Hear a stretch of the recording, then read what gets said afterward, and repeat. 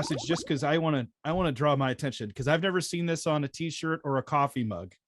And I'm not reading from the NLT right here because I just grabbed the one that was nearest to me, but it said Psalm 137:9. You know what verse this is? Got the dash your children against. Yes, it is. Happy is he who takes your little ones and then dashes them against the rocks. Help us out here, because that is not a passage I hear too often preached. Yeah, so you're raising the question of imprecations or the curses of Psalms, and early in my career, I used to teach that Christians shouldn't pray them, and now I say, yeah, Christians. Hey, let's do it! Let's start now. Let's start now, Tremper. Let's start doing some imprecations. But here's the Psalms are, as Calvin said, a mirror of our soul, and expresses every emotion that we feel. Very true. Including intense hatred and anger. And what are the imprecations but turning our anger and hatred over to God, So, so I don't think anywhere the psalmist prays, oh God, give me the opportunity and the resources so I can kill this bastard. It's rather, oh God, please kill this bastard.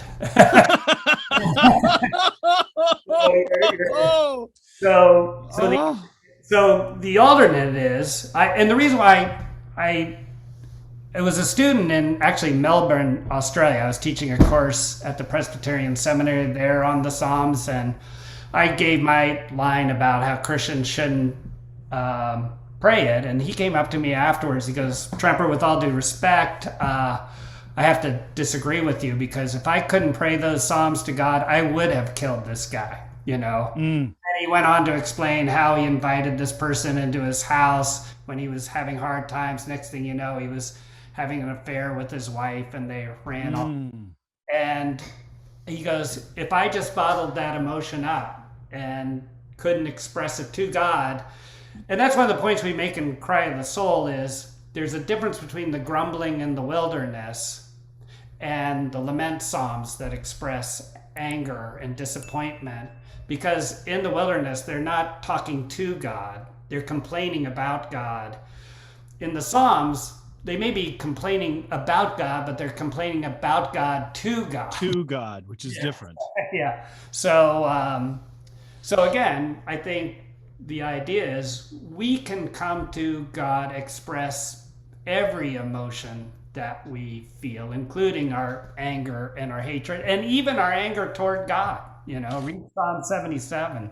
C.S. Lewis once said, don't go to God with what should be in you, go to God with what is in you. Yeah. And I think that there, but one of the struggles I've had. I have to say, by the way, Reflections on the Psalms.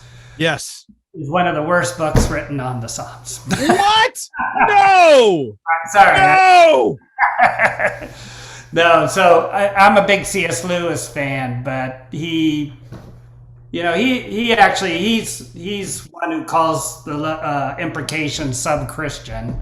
Well, I don't agree with that. He also surprisingly has a misunderstanding of parallelism. He has basically the second colon always says the same thing as the first colon, where more proper understanding is that the second colon of a parallelism always furthers in some way the thought. So I get people's attention by saying it's the worst book. It's not the worst book written on the Psalms. He's a great man, though.